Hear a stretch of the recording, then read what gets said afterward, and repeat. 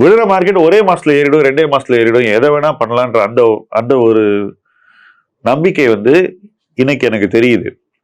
அது தவறாக நான் நினைக்கிறேன். That's not a correct expectation. இன்னும் பீப்புள் வந்து லாங்கர் டியூரேஷன், அதாவது 1 ஆண்டு 2 ஆண்டுக்கு ரிட்டர்ன் கிடைக்காது அப்படின்ற ஒரு விஷயத்தை ஏத்துக்கக்கூடிய இடத்துக்கு வரணும். டெஃபினட்டா பீப்புள் வரலன்றதான் என்னுடைய கருத்து. டிப்ப தைரியமா வாங்குறாங்க அப்படிங்கிறது பாசிட்டிவான விஷயம் இல்லை. ஏன்னா நீங்க ராங் எக்ஸ்பெக்டேஷனோட ஒரு டிப்பை வாங்குறதுங்கிறது it's not a good thing.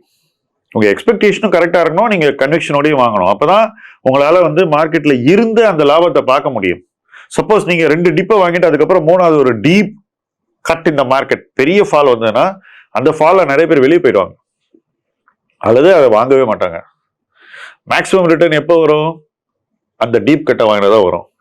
So இன்னைக்கு இன்வெஸ்டர்ஸினுடைய மைண்ட் செட் இன்னும் மாறணும்னு நான் நினைக்கிறேன். இன்னைக்கு இருக்கிற மைண்ட் செட் அவ்வளவு சரியானதாக எனக்கு படலை.